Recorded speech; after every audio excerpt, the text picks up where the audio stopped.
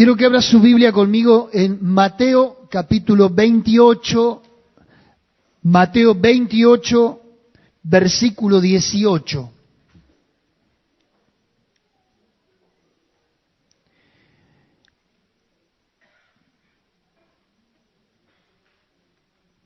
Mateo 28, versículo 18,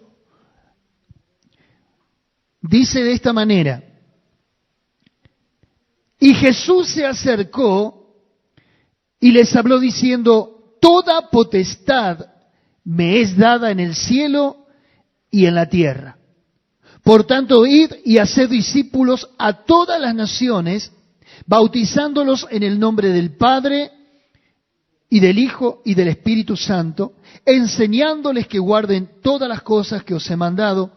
Y he aquí, yo estoy con vosotros todos los días, hasta el fin del mundo. Seguramente usted está familiarizado con este texto. Es uno de los textos de la Biblia sobresaliente, muy citado, ya que es la encomienda de Jesús a la iglesia. La Gran Comisión, ese es el título del mensaje en esta noche. Y déjeme decirle brevemente, para comentar el texto, que la Gran Comisión, al menos lo que nos presenta Mateo, es uno de los textos en la Biblia que nos incluye y luego nos participa. Nos incluye por el solo hecho de que nosotros fuimos el resultado de alguien que fue comisionado, alguien que fue enviado. Y luego que fuimos alcanzados por el mensaje del Evangelio, según la Escritura, nos participa. ¿Por qué? Porque una vez que alguien es alcanzado con el Evangelio, luego se transforma en un portador del Evangelio. ¿Me está entendiendo? Diga conmigo: yo fui alcanzado y ahora tengo que alcanzar a otros. Es ese eslabón que se va añadiendo a la larga cadena, en el buen sentido metafórico, que se van añadiendo eslabones. Por eso es que digo que es uno de los textos de la Biblia que nos incluye y luego nos participa. Pero también déjeme decirle que es uno de los textos de la gran inclusividad. Hablando de inclusión, este es uno de los textos que no excluye a nadie, ni deja a nadie afuera.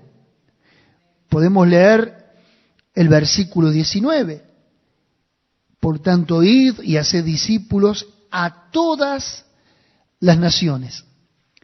Y qué lindo esto, que aquí no hay estrato social, aquí no hay grado de educación, aquí no hay pobres ni ricos, siervos ni libres, negros ni blancos. Acá todo el mundo entra inclusivo.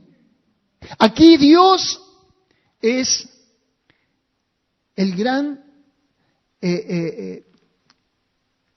¿cómo podría decirlo? En una palabra que usted me pueda entender. Abarca a todos. No desprecia a nadie, no deja a nadie afuera, no excluye a nadie, como lo decía. Ahora, note usted esta expresión que me llamó poderosamente la atención. Toda potestad, dice el verso 18. Verso 19, todas las naciones. Y verso 20 dice, todas las cosas, pero también dice, todos los días. Lo voy a repetir de nuevo, porque es una simetría que tiene una razón de ser. Toda potestad, todas las naciones, todas las cosas, todos los días. ¿Se da cuenta? Esa palabra todo es la gran palabra inclusiva. Es la totalidad del Evangelio. Y el poder integral que tiene la palabra de Dios. Pero vamos a ir exponiéndolo palabra por palabra. Note usted el verso 19. Por tanto, id. Y esa es una palabra que me llama poderosamente la atención.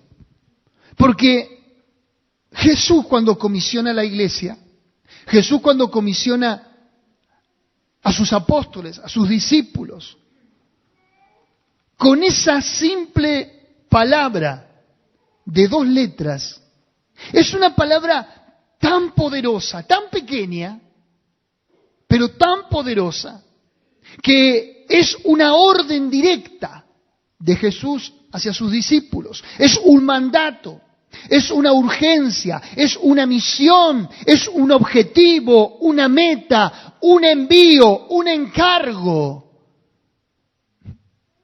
2 letras, pero con una fuerza y un poder que, déjeme decirle también, que está conjugada en un presente continuo. Porque es una palabra que todos los días la podemos repetir y todos los días va a tener su misma fuerza, su misma esencia y obtendrá el mismo resultado. Id, hoy, mañana, id, pasado, id. Y está en un presente continuo, la podemos usar hoy y la podemos usar en un futuro inmediato también. Así que es esa pequeña palabra la que el Señor nos encomendó. Diga al de al lado, id. Y esto es algo extraordinario. Pero, ¿a qué vamos? ¿A qué nos envía el Señor? Y déjeme ser expositivo en este mensaje, en este texto. Id y haced discípulos. Un llamado a aprender. Y no quiero pasar por alto el significado de la palabra discípulo. La palabra griega que aquí se usa para discípulo es la palabra matetes y significa aprendiz. Ahora, claro, uno cuando es discípulo o cuando hace discípulo a otro, uno muchas veces se queda con esa idea de que el discípulo o el aprendiz tiene un proceso de tiempo.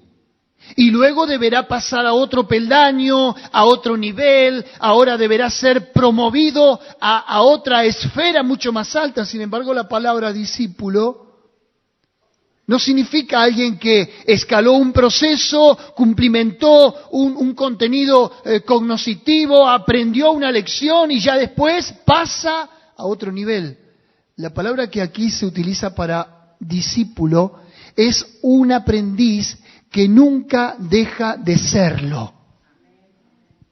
Y aquí no importa el rango ministerial, aquí no importa si uno se denomina apóstol, si otro se denomina profeta, si otro se denomina pastor, maestro, evangelista, póngase el título que quiera, la palabra discípulo es alguien que constantemente está aprendiendo.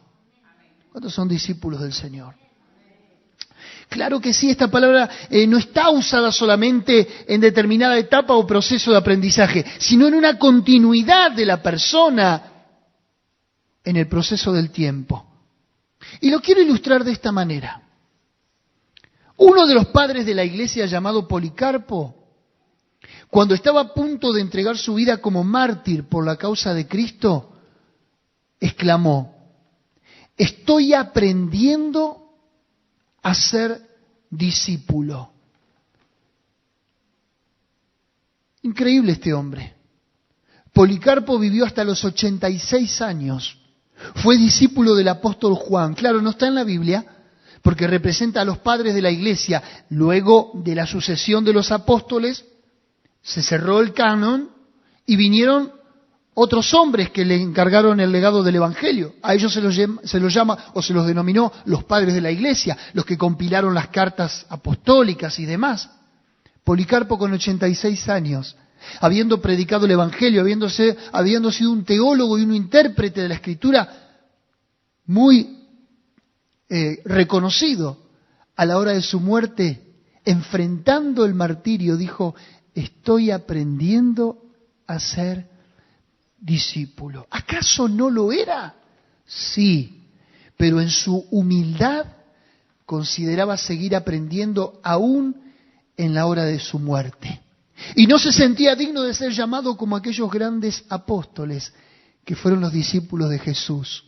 Claro, esto es un golpe bajo en esta noche a nuestra autoestima. Porque muchos de nosotros con años de cristianismo, con a lo mejor títulos reconocidos de teología o de institutos bíblicos, y que no estoy desmereciendo para nada todo el capital escritural y todo el reservorio de la palabra que uno tenga adentro. No estoy echando abajo nada de eso, ni subestimando a la persona en sí. Pero lo que estoy queriendo decir, qué bueno que nosotros cada día podamos tener la humildad, la sencillez de decir, soy un discípulo de Jesús. Porque a veces es como que bajamos esta expresión a un nivel de una persona que recién se inicia en la fe, ¿verdad que sí? Este es mi discípulo, decimos, por alguien que estamos ministrando, le estamos enseñando la Biblia, lo estamos consolidando, le estamos llevando la palabra de Dios, el Evangelio. Hermanos queridos, discípulos somos todos del Señor, porque siempre el Señor nos estará enseñando algo nuevo. ¿Cuántos dicen amén? Siempre fuimos, somos y seremos discípulos de Cristo. Pero el texto en sí nos llama a ganar vidas, a ganar almas con el mensaje del Evangelio y captar y lograr su atención y su estilo de vida para transformarlo ahora al estilo de Jesús. Un discípulo no nace, se hace. ¿Está de acuerdo? No importa que hayas nacido en el seno de una familia cristiana.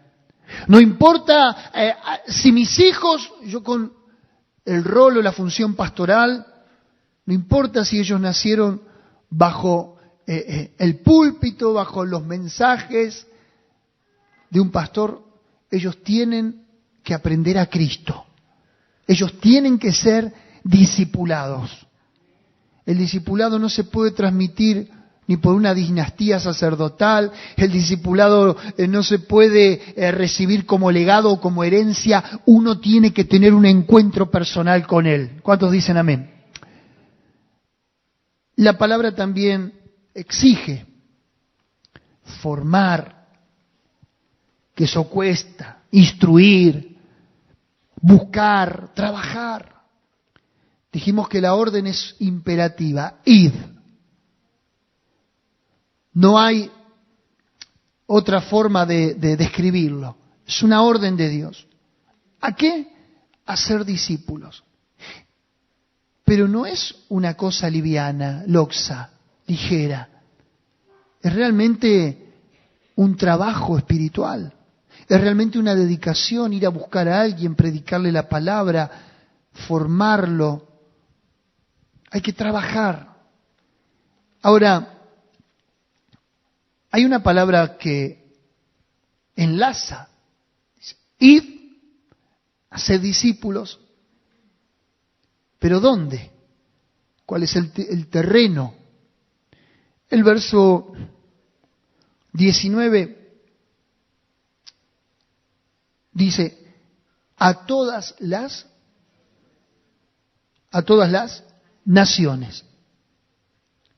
Claro, cuando uno lee en forma literal este pasaje, uno dice, hay que viajar, hay que aprender idiomas. Está bien interpretarlo de esta manera. Pero la palabra original con la que se traduce naciones en la Biblia no es lo que nosotros concebimos, no es el concepto que nosotros tenemos de nación. O cuando yo le hablo a usted de nación, usted enseguida comienza a pensar en los países. No está hablando de una jurisdicción territorial, ni está hablando de un delineamiento geográfico, sino que la palabra que traduce como naciones es la palabra etnias. ¿Y qué es etnias? Cultura, lengua, comida, vestimenta, creencias, costumbres autóctonas, folclore. Le voy a poner un ejemplo muy directo. Nosotros aquí en esta localidad de Adolfo Sordó, de Malvinas Argentinas, dentro de esta misma localidad hay un ensamble de culturas, ¿sí o no? A lo mejor usted tiene vecinos que son bolivianos, ¿verdad que sí? Son hermanos bolivianos. Peruanos también, paraguayos, latinoamericanos, seguramente también de otras culturas cercanas. Ahora, fíjese cómo un mundo globalizado ha logrado mezclar las culturas y los países. Antes esto estaba muy delineado. Hay países que no dejan entrar otra persona que no tenga su nacionalidad, su radicación, o se le da una visa turística y le dicen, bueno, por determinado tiempo podés estar en mi país, después tenés que irte. No le dan asilo a nadie, hay muchos países así. Yo he estado en algunos donde te sellan y estás como turistas en tu pasaporte, no te podés quedar más del tiempo que ellos te otorgan. Sin embargo, hay otros países que dejan que haya una diversidad cultural. ¿Por qué digo todo esto? Porque tiene mucho que ver con el texto. Cuando Jesús dice, id y haced discípulos a las naciones, en el momento en que Jesús los dijo, no estaban delineadamente y geográficamente como hoy nosotros lo concebimos. Recuerde que Jerusalén era una ciudad cosmopolita, era una ciudad donde todos los años cientos y miles de personas visitaban Jerusalén para venir a la fiesta del Pentecostés, para venir a la fiesta de la Pascua. Recuerde que cuando en Hechos capítulo 2 cae el Espíritu Santo sobre los cristianos, dice que había árabes, cretenses, de África, de Roma, del Ponto, de todo el mundo y de todo Asia, en un mismo lugar. Había una diversidad cultural. Cuando Jesús está diciendo, id y haced discípulos a las naciones, muchas veces esas mismas naciones, esas mismas etnias, están interrelacionadas y mezcladas con nosotros mismos. ¿Se entiende? En otras palabras, ¿qué es lo que está diciendo Jesús? ¿O qué concebía en el mandato de la Gran Comisión? Que nosotros tenemos que ir y afectar a otros con el Evangelio a distintos estilos de vida y costumbre para que sean transformados a la imagen de Jesús. ¿Está entendiendo? Nosotros no le tenemos que cambiar su comida. Nosotros no le tenemos que cambiar su lenguaje. Nosotros no le tenemos que cambiar su costumbre. Lo que le tenemos que cambiar es la esencia de su vida. Si hay algo por lo que fueron rechazados y muchas veces resistidas las culturas asiáticas o de Oriente, fue porque el misionero, el típico misionero americano, iba y no solamente le llevaba el Evangelio, sino que le quería cambiar su forma de vida. Misioneros son aquellos que tienen la capacidad de adaptarse a la cultura, de conllevar su folclore sin el ánimo de alterar los principios autóctonos de cada cultura y de cada etnia. ¿Me están entendiendo? Dice el libro de Apocalipsis en el capítulo 5 que cuando están todos en la presencia de Dios en la adoración celestial, el apóstol Juan dice que había de toda tribu, lengua y nación. Dios quiere que hablemos todos inglés o todo español, o que cada uno hable lo que quiera, pero que hable de Cristo. Porque a Dios le encanta la diversidad. Dios ama la diversidad. Y entiendo yo que Dios es tan creativo y tan original que a cada persona le ha dado un rasgo distintivo para que lo viva, para que lo celebre y para que lo disfrute. Lo que tiene que ser alcanzada la persona es con el Evangelio de la gracia de Jesucristo. No importa su color, no importa si alguno vive en una casa hecha de paja, otro en una casa hecha de barro. Lo que al Señor le importa es salvarle su vida y perdonar sus pecados. Jesús dijo, id, haced discípulos a todas las naciones, entiéndase, etnias, culturas, rasgo distintivo de cada lugar. Yo recién celebraba cómo los chicos adoraban y tocaban los instrumentos y cantaban de una forma extraordinaria. Cuando en una oportunidad me tocó viajar a otro país, vi cómo adoran en otro país, bajo otra cultura, no tenían instrumentos de electrónicos, no tenían amplificadores, tenían troncos, tenían palmas, tenían cosas muy básicas, pero ellos adoraban al Señor. Dentro de poco, el 17 de julio, Valeria Cardoso viaja a Mozambique, ¿no? África, al este de África, un país también del continente. Mozambique, su lengua es el portugués. Ella se está preparando para ese viaje misionero, lo cual vamos en breve a exponer y a explicar y a apoyarla. Y ellos tienen que ir a acompañar esa cultura. Pero mientras acompañan esa cultura, le predican a Jesús. Ahora, continúa la palabra diciendo, id a ser discípulos a todas las naciones, bautizándolos en el nombre del Padre, del Hijo y del Espíritu Santo, porque el bautismo vendría a ser ese sello o esa marca distintiva de propiedad de Dios.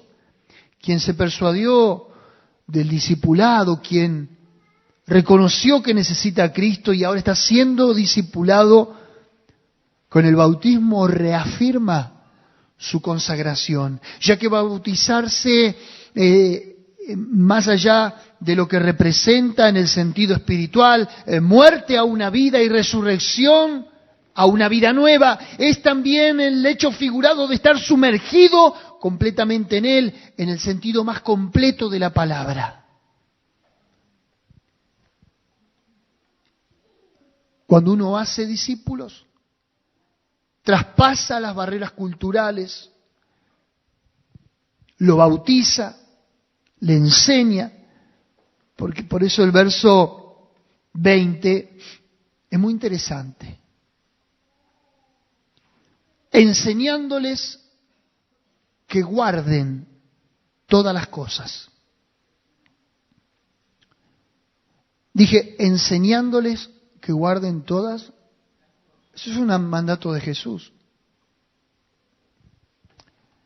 Algunos enseñan su propio evangelio prefabricado y no el de Jesús. Jesús, cuando nos comisionó, dijo, vayan y hagan discípulos a todas las naciones. Bautícelo en el nombre del Padre, del Hijo y del Espíritu Santo. En otras palabras, el evangelio es de Jesús. No es nuestro propio evangelio. Nosotros nos estamos predicando a nosotros mismos, como decía el apóstol Pablo. Nosotros no podemos ni sacar ni agregar nada. Tenemos que ir con la misión, con el mandato, con la encomienda. No podemos decir nada fuera de esto. No podemos predicar otra cosa que no esté escrito en este libro. Usted me dirá, ¿es tan así? Claro que sí.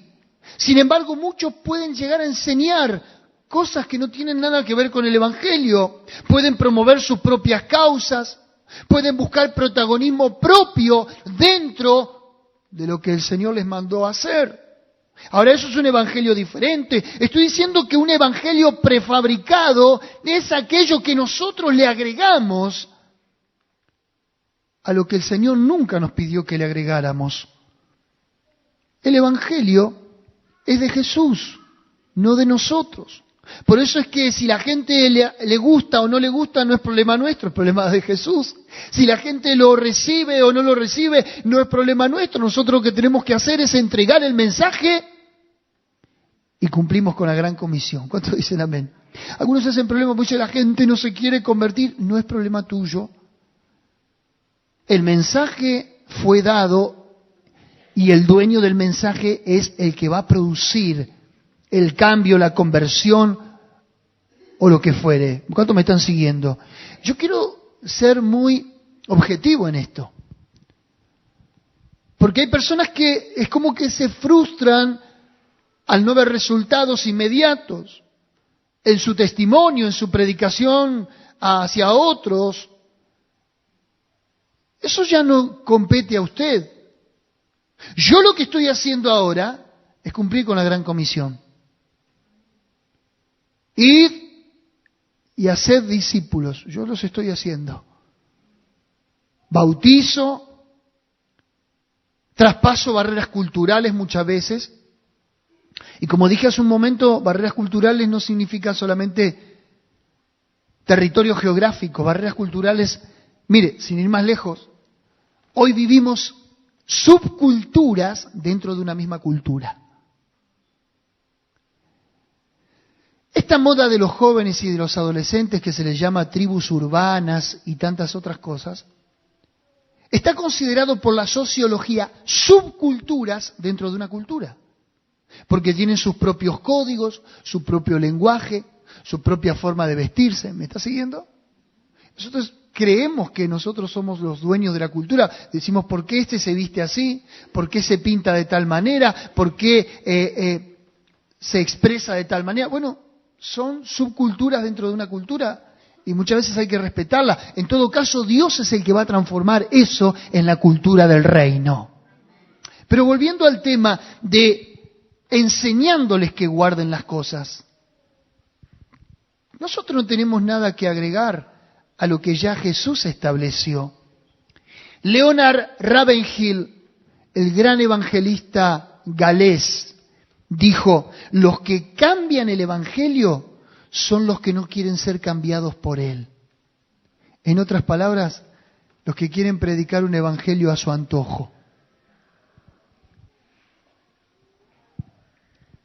Pero dice, enseñándoles que guarden todas las cosas. ¿Qué son todas las cosas? Hasta este momento, lo que circulaba en el ámbito judeo-cristiano de la iglesia primitiva era el Evangelio de Mateo. A ver, cuando Jesús da esta orden y cuando Mateo compila todo lo que Jesús dijo,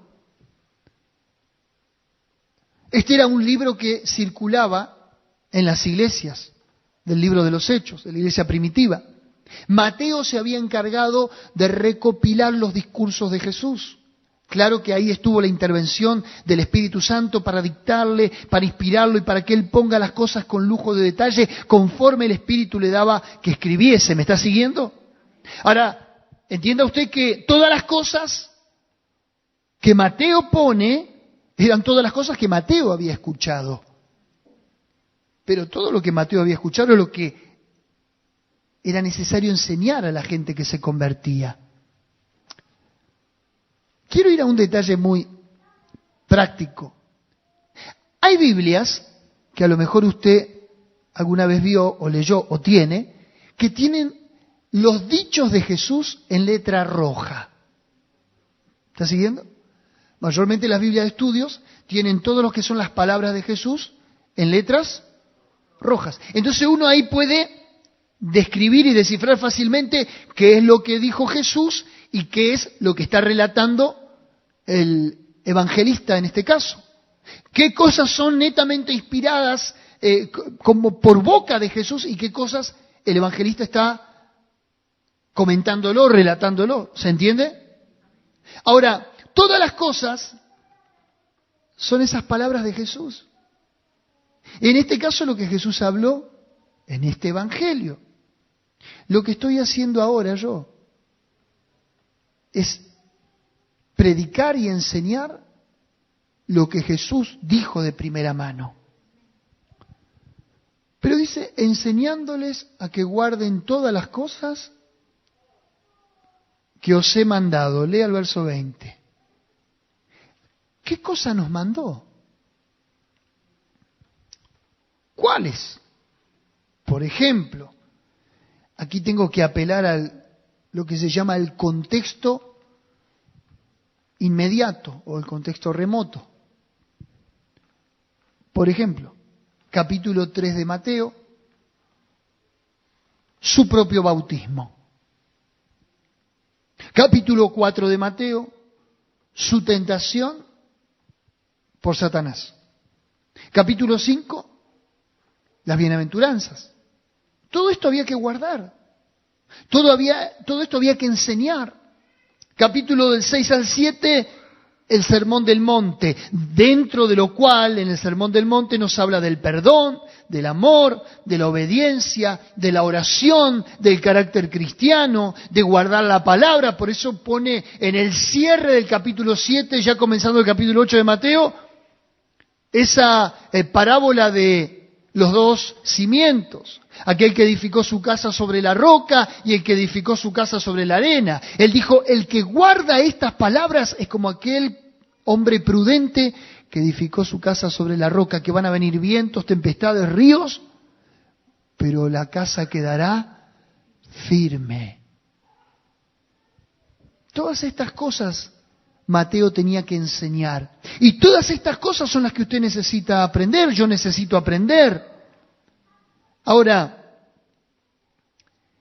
vuelvo un poquito al punto anterior. Nosotros no tenemos nada que agregar a lo que Jesús ya dijo. Lo que tenemos que hacer es interpretar lo que Jesús dijo y aplicarlo a nuestra vida. No seguir agregando y buscarle cosas al texto y demás. Leer y vivir el Evangelio. Mire qué sencillo que es el Evangelio. En el capítulo 8, por ejemplo, de Mateo, sanar enfermos, liberar endemoniados, eso es lo que nos dejó Él que hagamos. En el capítulo 9, sigue sanando enfermos. En el capítulo 10, elige a sus discípulos, en este caso elección de obreros, y sus demandas, lo que demanda el servicio. En el capítulo 11, por ejemplo, tenemos promesas y también tenemos compromiso. En el capítulo del 12 al 16 volvemos a tener milagros de Jesús y las grandes enseñanzas de las parábolas de Jesús. Mire si hay cosas para enseñarle a la gente que guarde. En el capítulo 17 tenemos el anuncio de la muerte de Jesús y la resurrección. Estoy hablando todo en función al Evangelio de Mateo. Capítulo 18 y 19, más enseñanza acerca del reino de Dios, y así sucesivamente. Todo lo que dijo e hizo Jesús es lo que tenemos que enseñar. Él era el mensaje encarnado. Richard Baxter, un puritano, dijo, si solo predicamos a Cristo, estaremos predicando todo. Porque el mensaje es Cristo y Cristo es el mensaje. Un pastor y teólogo llamado Sproul dice, contemporáneo, dame el Cristo bíblico o dame nada.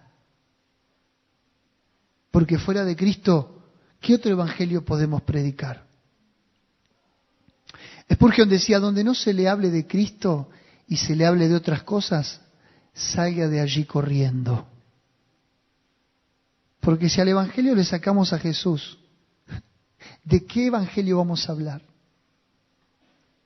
Por eso hoy hay tantos evangelios, el evangelio de la prosperidad, el evangelio de los milagros, el evangelio de las noches de gloria, el evangelio de esto, el evangelio de aquello, el evangelio de lo otro. Y nosotros, la iglesia invisible, la iglesia espiritual, clama como María a la puerta del sepulcro. Se han llevado a Jesús y no sé dónde le han puesto. ¿Dónde le han puesto los predicadores a Jesús? ¿Dónde han llevado las denominaciones a Cristo? Pero hay una promesa extraordinaria, enseñándoles que guarden todas las cosas que os he mandado, y cierra con esto el texto. Y yo también. Yo estoy con vosotros. Y dígame si eso no es extraordinario. Porque es como quien le dice, yo te envío, hace discípulos, traspasa las barreras culturales, costumbres de las personas, estilos de vida, enseñale que guarden todo lo que yo dije, pero te da un aliciente. como diciéndote quédate tranquilo. Y yo estoy con... No estás solo dando el mensaje. Y yo estoy con vos. Yo te estoy respaldando. Yo estoy hablando por tu boca. El mismo Jesús dijo, porque no sois vosotros los que habláis, sino el Espíritu de mi Padre que está dentro vuestro. Claro, todo el tiempo lo anunciamos, lo enseñamos, hablamos de Jesús y lo apersonamos a cada instante. Al hacer vivido su mensaje, también hacemos vivida su persona. Los discípulos, aquellos primeros a los cuales Jesús le habló, aquellos a los cuales Mateo les escribió, interpretaron bien este mandato y lo llevaron a cabo al punto de estar dispuestos a dar sus vidas por este mensaje. Lo hicieron de una forma sencilla e hicieron del mensaje del Evangelio un estilo de vida. Donde quiera que iban, hablaban de Cristo. Donde quiera que caminaban, visitaban, ellos hablaban de Jesús. Yo quiero imitar ese estilo de vida. ¿Usted? A lo mejor le conté, pero solamente este ejemplo, como tantos otros que tengo y que usted debe tener. Frecuento siempre al mismo comercio a comprar verduras. Y de tanto frecuentar al lugar, la persona a veces te cuenta sus problemas. Y una señora grande, que es la que atiende, en alguna oportunidad me dijo que estaba enferma, que estaba cansada, que tenía depresión, que había perdido a su esposo. Entonces yo le hablé de Jesús, le hablé de Dios, al punto que le dije, yo le voy a regalar una Biblia porque en ella usted va a encontrar consuelo, Dios le va a hablar, usted va a ser reconfortada porque Dios le va a traer esa fortaleza. Le regalé una Biblia, se la llevé, se la obsequié y hemos generado un vínculo. Y cada vez que yo voy a comprar, o cada vez que hay otros clientes, ella siempre me dice, no te olvides de orar por mí, ¿eh? Entonces yo digo a veces, nosotros tenemos que hacer de la Gran Comisión un estilo de vida. Y esto no lo digo con ánimo de ofender ni nada por el estilo, pero hay veces no tenemos que esperar a irnos lejos, a otra cultura, o tomarnos un avión, o sacarnos un pasaje para predicar a Cristo. A cada instante tenemos la oportunidad de hacerlo. ¿Cuántos dicen amén? Claro que tenemos que ir también a otros lugares, a llevar el Evangelio donde otros no están predicando. Pero esto tiene que ser un estilo de vida de tal forma, quiero ser bien interpretado, de que toda nuestra vida hable de Jesús en todo momento y en todo lugar. Los discípulos primeros no fundaron ministerios. Hoy usted va a ver ministerio de esto, ministerio de aquello, ministerio de lo otro. Los primeros discípulos no fundaron denominaciones. Hoy hay cientos y cientos de distintas denominaciones, bautistas, pentecostales, carismáticos, presbiterianos, congregacionales, hermanos libres, menonitas, luteranos. Jesús, ¿qué denominación tenía? El reino de Dios se ha acercado a vosotros. Esa era su denominación. No institucionalizaron la religión, no le dieron forma, no le pusieron jerarquías. Ellos simplemente se juntaban un día a la semana a adorar, a compartir el pan y a buscar a Dios. ¿Cómo me gustaría volver a esos tiempos? Hicieron discípulos, se multiplicaron en cristianos y más cristianos, y su única metodología de trabajo era el mensaje y el amor. ¿Y por qué digo que su metodología era el mensaje y el amor. Porque el mensaje sin amor puede tornarse algo frío, algo abstracto, algo muy especulativo. La política hace proselitismo, la política también disipula, los políticos también hacen cuadros políticos. Pero el Evangelio, cuando lleva el mensaje, lleva un mensaje de amor.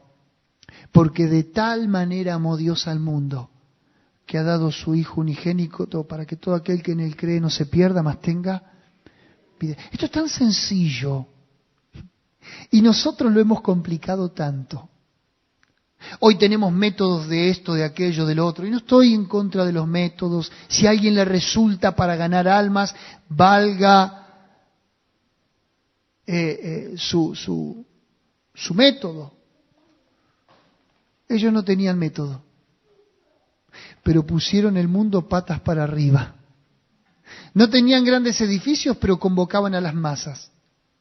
No tenían suficiente dinero, pero Dios los respaldaba con milagros. Por tanto, id, haced discípulos a todas las naciones, bautizándolos en el nombre del Padre, del Hijo y del Espíritu Santo, enseñándoles que guarden todas las cosas que os he mandado, y he aquí, yo estoy con vosotros todos los días hasta el fin del mundo. ¿Cuántos van a ir a ser discípulos? De la forma más sencilla. Acá no dice que hay que tener títulos de doctores, ni de teólogos, simplemente hablar lo que Él nos mandó que hablásemos.